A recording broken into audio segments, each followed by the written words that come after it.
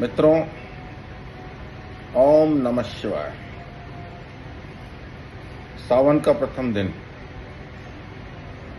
भोलेनाथ का सबसे प्रिय और पवित्र मास,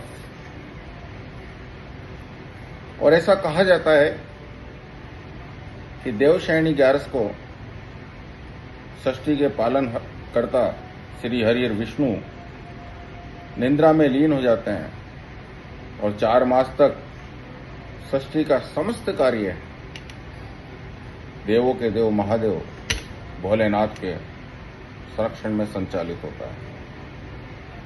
और आज सावन का प्रथम दिवस प्रकृति का सुंदर मनोरम दृश्य देखने को मिल रहा है। बारिश की हल्की हल्की बूंदें सावन के आगमन का एहसास करा रही है।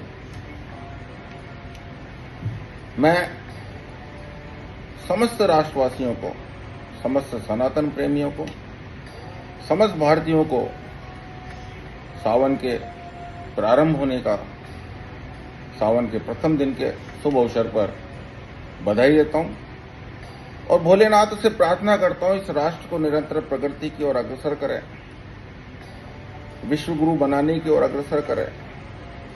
इस राष्ट्र के निवासियों में राष्ट्र के प्रति प्रेम, समर्पण, निष्ठा की भावना का उत्तरोत्तर विकास करें। मित्रों, दुबई के बाद आज आपसे बात करने का मन हुआ। मुझे लगा इस पवित्र मास के प्रथम दिवस पर आपसे बात की जाए। दोस्तों,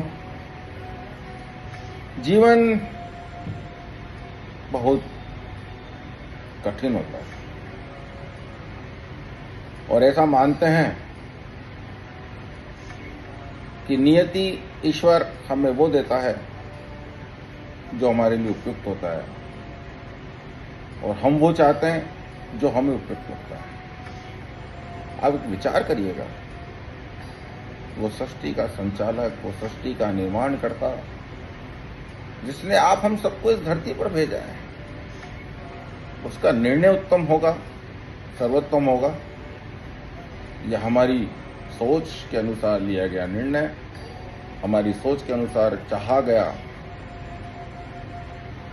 वो उत्तम होगा। ईश्वर हमें वो देगा जो हमारे लिए उपयुक्त है। और ऐसा माना जाता है, ऐसा कहा जाता है, ऐसा देखा जाता है कि ईश्वर, वैसे भी भगवान कृष्ण ने गीता में कहा है, कर्मण्यवाधिरस्ते मां फलेषु कदाचन, कर्म किए जाओ, फल की इच्छा मत करो। आजकल व्यक्ति फल की इच्छा करता है, फिर कम करने की सोचता है।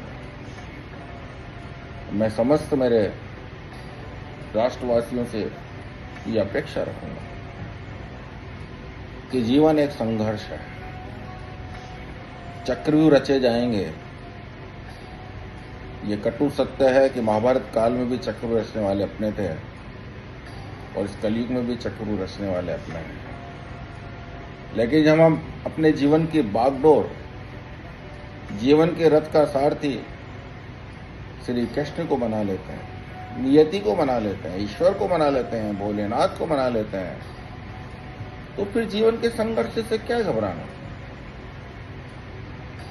आने दीजिए।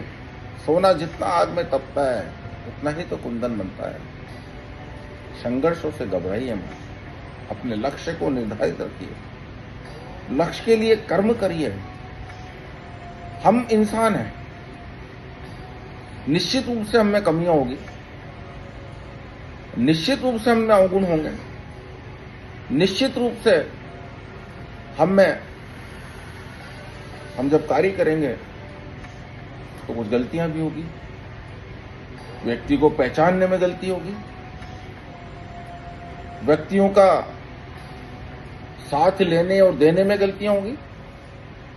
लेकिन मेरा ये मानना है, एक मंत्र है, रोजाना ईश्वर से ये कीजिए, ये कहिए, परमपिता परमेश्वर जिसे भी आप अपना आराध्य मानते हो उसे ये कहिए कि तन मन धन जीवन सब कुछ तुझे अर्पण। मैं नहीं जानता क्या उचित है क्या अनुचित है, जो उचित है प्रभु उसे होने दीजिएगा और जो अनुचित है प्रभु उसे रोक दीजिएगा। जब हम ये मानते हैं, ये कहते हैं, हमारे धर्म ग्रंथों में लिखा हुआ, हमारे संतों ने, महापुरुषों ने, हम सब ने ये कहा है कि बिना ईश्वर की मर्जी के पत्ता भी नहीं हिलता, तो फिर हम क्या है? हमारे द्वारा किया गया हर कार्य कौन कब हमसे मिलेगा, कौन कब हमसे बिछड़ेगा, कब क्या होगा, किसके साथ हमारी दोस्ती रहेगी, किसके साथ खत्म होगी, जीवन में कल क्या होने वाला है, अगले क्षण क्या होने वाला है, हम नहीं जानते। ये उस परम पिता परमेश्वर को पता है। इसलिए जितना संभव हो सके अच्छे कार्य करने की कोशिश कीजिए, जितना संभव हो सके लोगों का भला करने की कोशिश कीजिए। मैं फिर कह रहा हूं, हम इंसान हैं, हम में कुछ न कुछ कमियां रहेगी, हम में अवगुण भी होंगे। अगर हम सर्वगुण संपन्न हो जाएं,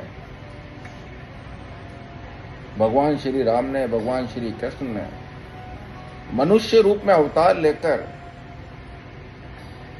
ये दिखाया था कि मनुष्य में गुण होंगे, अवगुण भी होंगे। अगर सृष्टि में देवता ही देवता होते, राक्षस नहीं होते, तो फिर हरिहर हरि को इतने सारे अवतार लेने की आवश्यकता क्यों पड़ती?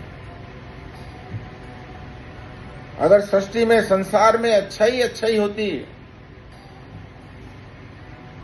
तो अच्छाई और बुराई का भेद किस प्रकार से हो पाता? अच्छे और बुरे व्यक्तियों का भेद किस प्रकार से हो पाता? और मेरा ये मानना है, व्यक्ति कोई बुरा नहीं होता। नियति ने जो लेख लिख दिया उसके लिए उसको वो कार्य करना ही पड़ेगा। रावण जैसा प्रचंड विद्वान, शक्तिशाली विद्वान, परम शिव भक्त, जिसने शिव तांडव स्तोत्र जैसे मंत्र की रचना करी, सोचिए कि उसने सीता का हरण किया, मां सीता को हर के ले गया,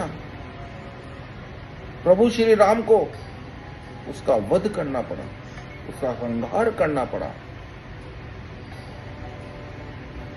भीष्म पितामह जैसे, जिन्होंने भीष्म प्रतिज्ञा ली, ज्ञानी, परम ज्ञानी, गुरु द्रोणाचार्य जैसे परम ज्ञानी,